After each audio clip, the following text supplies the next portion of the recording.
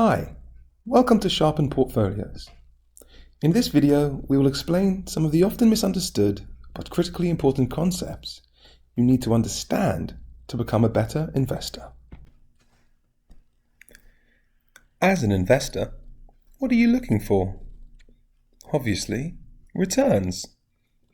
You want to invest your money now and get more money in return tomorrow or a year from now. And you can. Take buying US Treasuries, for example. Investing in US Treasuries is investing in America.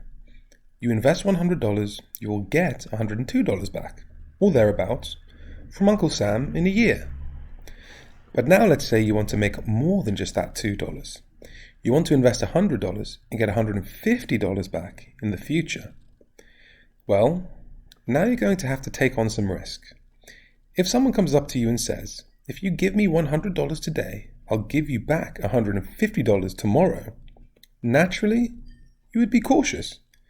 This is because you implicitly understand that high returns come with high risk. But what is risk? Let's say my friend, Ben, asks to borrow $100 today and promises to give me $150 back in a year. He's going to take that money and try to sell his art on Etsy.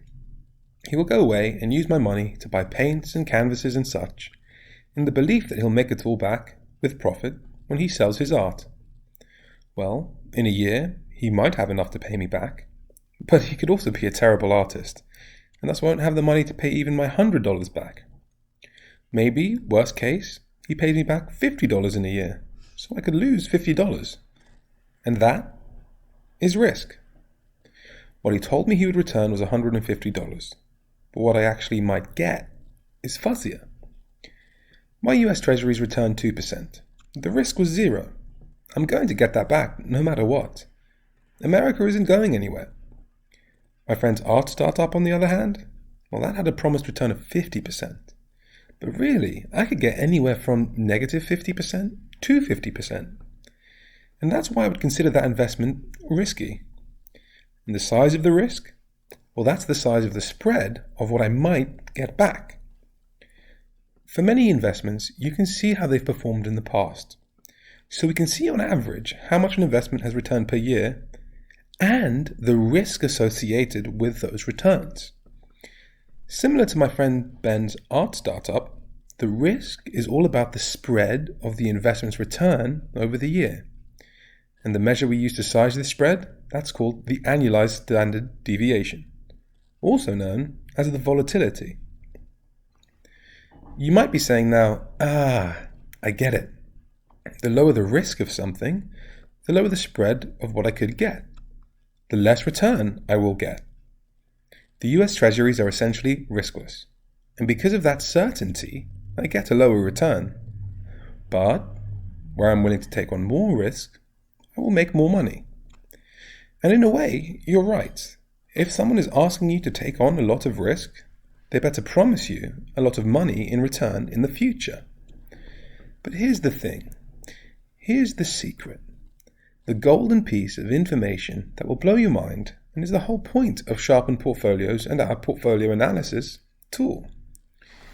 You can combine different investments inside of a portfolio to maximize your return while also minimizing your risk.